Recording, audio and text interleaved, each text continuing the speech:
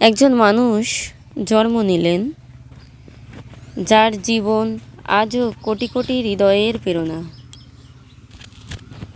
তিনি না শুধুই এক সাধক, তিনি এক জীবন্ত ঈশ্বর অনুভূতি। জন্মেছিলেন পশ্চিমবঙ্গের হুগলির ছোট্ট গ্রাম কামারপুকুরে। সেই সময় ভারত সমাজে নৈতিক অবক্ষয়, ধর্মীয় সংকীর্ণতা এবং পাশ্চাত্যর প্রভাবের স্রোতে ভেসে যাচ্ছিল। এই সময়ে 1836 সালের 18ই ফেব্রুয়ারি জন্মগ্রহণ করলেন গদাধর চট্টোপাধ্যায়, ভবিষ্যতের রামকৃষ্ণ পরমহংস। গদাধর জন্মেছিলেন এক দরিদ্র ব্রাহ্মণ পরিবারে। বাবা ছিলেন ক্ষুদিরাম চট্টোপাধ্যায় এবং মায়ের নাম চন্দ্রমণি দেবী, ছিলেন ভক্তিময় ও একজন ধার্মিক প্রকৃতির মানুষ। ছোট থেকেই গদাধর ছিলেন এক বিশেষ শিশু। অন্য শিশুদের মতো খেলাধুলা, পড়াশোনায় আগ্রহ ছিল কম, কিন্তু ঈশ্বর চিন্তা, মন্দিরে সময় কাটানো এবং কীর্তনের প্রতি গভীর আকর্ষণ ছিল। এই ছেলে কিছুই পড়ে না রে, সারাদিন কালী ঠাকুরের ধ্যান করেন, কখনো কীর্তন গায়, কখনো গাছে বসে আকাশ দেখে। একবার এক বিয়ের অনুষ্ঠানে গান শুনে এতটাই ভক্তিতে বিভোর হয়ে পড়েছিলেন যে মাটিতে অজ্ঞান হয়ে পড়েন। সেই শিশু মনেই ছিল ঈশ্বরের ছোঁয়া। তার নাম ছিল গদাধর, কিন্তু তার মধ্যে এক অব্যক্ত প্রজ্ঞা, এক অসাধারণ আত্মিক অনুভব ছিল। গুরু ও ঈশ্বরের প্রতি এমন নিষ্ঠা ও ভালোবাসা সচরাচর দেখা যায় না। গ্রামের গুরুদের থেকেও ঈশ্বরকে জানার চেষ্টা করতেন এবং নিজের অন্তরে খুঁজতেন তার প্রতিচ্ছবি। গদাধর গ্রামের মন্দিরে বসে কালী মূর্তির সামনে বলতেন, আমি মাকে দেখতে চাই, আমি শুধু পড়ে পড়ে জানবো কেন, আমি তাকে দেখেই বিশ্বাস করতে চাই।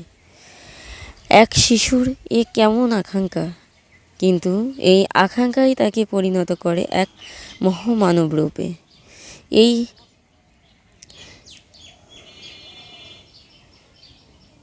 এই শিশু যখন দক্ষিণেশ্বরে যান, শুধু জন্মে বা স্বভাবে কেউ সাধক হন না। পরীক্ষা, পাগলামি, আত্মত্যাগ আর ভালোবাসার মাধ্যমে গড়ে ওঠে সত্যিকারের এক মহাপুরুষ। গদাধর চট্টোপাধ্যায়ের জীবনেও এলো সেই সময়, যখন তিনি দক্ষিণেশ্বরে এসে দাঁড়ালেন জীবনের মোড়ে, যেখানে তিনি শুধুই গদাধর থাকলেন না, হয়ে উঠলেন রামকৃষ্ণ। 1855 সাল রানী রাসমণি গঙ্গার তীরে প্রতিষ্ঠা করলেন দক্ষিণেশ্বর কালী মন্দির। গদাধরের দাদার রামকুমার এখানে পুরোহিত হিসেবে নিযুক্ত হন। কিছুদিন পর তিনি তার ভাই গদাধরকে নিয়ে এলেন সাহায্যের জন্য। সেই থেকেই শুরু হয় এক নতুন অধ্যায়। গদাধর মন্দিরে পুরোহিত হিসেবে নিযুক্ত হন, কিন্তু এটি শুধুমাত্র চাকরি ছিল না, এটি ছিল তার সাধনার ক্ষেত্র, তার প্রেমময় যাত্রার শুরু। মা কালী, এই দেবীর প্রতি তার ভালোবাসা ছিল এতটাই প্রবল যে তিনি বাস্তবভাবে মায়ের দর্শন চেয়ে রোজ কান্নাকাটি করতেন। মা, তুমি কি সত্যি আছো? কেন আমায় দেখা দাও না মা, আমি আর পারছি না মা, যদি না দেখাও তাহলে প্রাণটাই দিয়ে দিও মা, আমার এই প্রাণ তোমাকেই দিয়ে দিই, যদি তুমি আমাকে দেখা না দাও। এই ব্যাকুলতা দিনে দিনে তাকে এক অন্য স্তরে নিয়ে গেল। তিনি খাওয়া ভুলে যেতেন, ঘুমাতে পারতেন না, শুধু একটাই চাওয়া, মাকে দেখা চাই। অনেকেই ভাবতেন তিনি পাগল হয়ে গেছেন, কিন্তু তিনিই জানতেন তার ভেতরে চলছে ঈশ্বরের সাথে মিলনের অপেক্ষা। অবশেষে একদিন ভোরবেলার আলো ফুটছে, চারিদিকে পবিত্র নীরবতা। রামকৃষ্ণ তখন গভীর কষ্টে কাঁদছেন। হঠাৎ তিনি দেখতে পেলেন আলোয় আবৃত এক মহামায়া, মা কালী, জীবন্ত সশরীরে। তিনি বলেন, সব কিছু হারিয়ে গেল। মা যেন আমার বুকের মাঝে এসে ঢুকে গেলেন। এই প্রথম একজন মানুষ জীবন্ত মায়ের দর্শন পেলেন বলে দাবি করলেন। ভক্তিতে, ভালোবাসায়, ব্যাকুলতায় ঈশ্বরকেই দেখা যায়, এই বার্তায় তিনি দিলেন বিশ্বকে। এই অবস্থা দেখে অনেকে ভাবলেন তিনি পাগল। একদল ব্রাহ্মণ মিলে ঘোষণা করলেন তিনি পাগলামি করছেন। কিন্তু দক্ষিণেশ্বরের একাধিপতি মাতৃহৃদয় রানী রাসমণি আর মন্দিরের অধ্যক্ষ মাথায় হাত বুলিয়ে বললেন, এ পাগলামি নয় হে, এ ঈশ্বরের পাগলামি। রামকৃষ্ণের এই পাগলামি ভবিষ্যতে ভারতকে নতুনভাবে চিনিয়ে দেবে। ভগবান প্রেমেই ধরা দেন, এই সত্য বার্তা পৌঁছে যাবে শতকোটি হৃদয়ে। এই পর্ব থেকে আমরা কি শিখলাম? ঈশ্বর যদি সত্যিই দরকার হয়, তাহলে তার জন্য কান্না চাই, পাগলামি চাই। মন যদি একাগ্র হয়, যদি হৃদয় ভালোবাসায় ভরে যায়, তাহলে তিনি ধরা দেন। ঈশ্বর কোনো কল্পনা নন, তিনি অনুভবযোগ্য, দর্শনযোগ্য ভক্তির মাধ্যমে।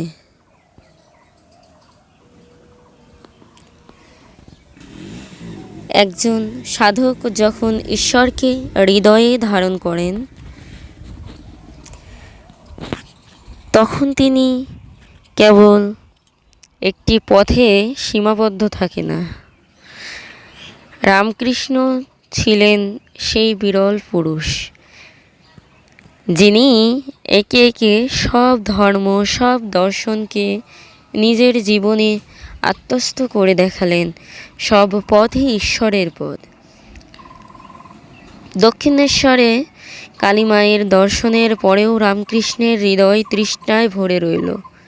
তার মনে হলো, সত্যকে জানতে হলে সব পথ ধরে চলতে হবে। সেই সময় এলেন একজন অনন্যা সাধিকা, ভৈরবী ব্রাহ্মণী। তিনি বললেন, রামকৃষ্ণই হচ্ছেন অবতার। তুমি এই যুগের নারায়ণ, তন্ত্র, যোগ, বৈষ্ণব সবই তোমার মধ্যে মিলিত হবে। ভৈরবীর সহায়তায় শুরু হলো কঠোর তন্ত্র সাধনা। শ্মশান, নির্জন স্থান, ভয়ঙ্কর চর্চা সবই করলেন তিনি, কিন্তু ভয় পাননি, কারণ মা কালী ছিলেন হৃদয়ের মধ্যে। তন্ত্র সাধনার মূল কথা হলো সব কিছুকেই ঈশ্বর রূপে দেখা। রামকৃষ্ণ সেই চর্চায় নিজের শরীর, মন সমস্ত কিছু বিলীন করে দিলেন মার আরাধনায়। তন্ত্র সাধনার পরে এলো বৈষ্ণব ভক্তির পালা। এবার তিনি রাধার প্রেমে বিভোর হলেন। নিজের পরিচয় ভুলে গেলেন, মনে করলেন তিনি নিজেই রাধা, শ্রীকৃষ্ণের প্রেমে মগ্ন। আমি রাধা, আমি শ্যাম ছাড়া কিছুই চাই না। হে শ্যাম, তুমি কোথায়? রামকৃষ্ণের কণ্ঠস্বরে একথা শুনে যেন এক অপূর্ব মাধুর্য সৃষ্টি হলো। এই প্রেম যেন মানুষ আর ঈশ্বরের একাত্মার রূপ। রামকৃষ্ণ দেখালেন ঈশ্বরকে পাওয়া যায় প্রেম নিবেদনেই। এরপর এলো এক যোগী সাধক, তোটাপুরী। তিনি ছিলেন নিরাসক্ত, নিরাকার দর্শনের প্রতিনিধি। বললেন, সবই মায়া, সত্য একমাত্র নিরাকার ব্রহ্ম।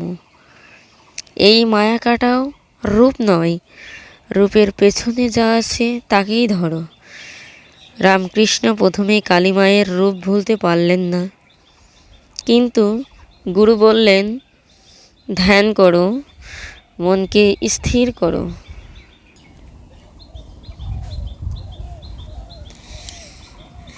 এখানেই শেষ নয়।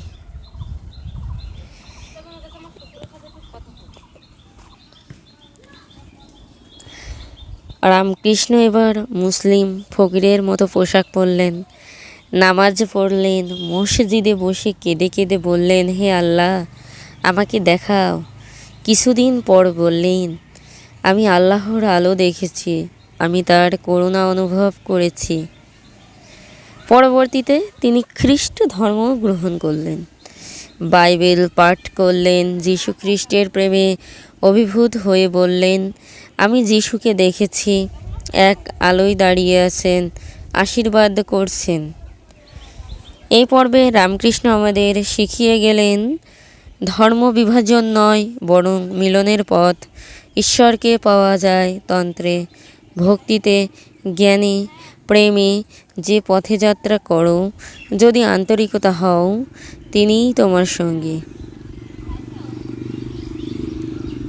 আজকের ভিডিওটি এই পর্যন্ত রাখছি।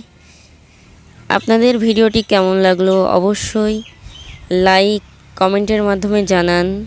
ভিডিওটি ভালো লাগলে লাইক কমেন্ট শেয়ার করে পাশে থাকবেন।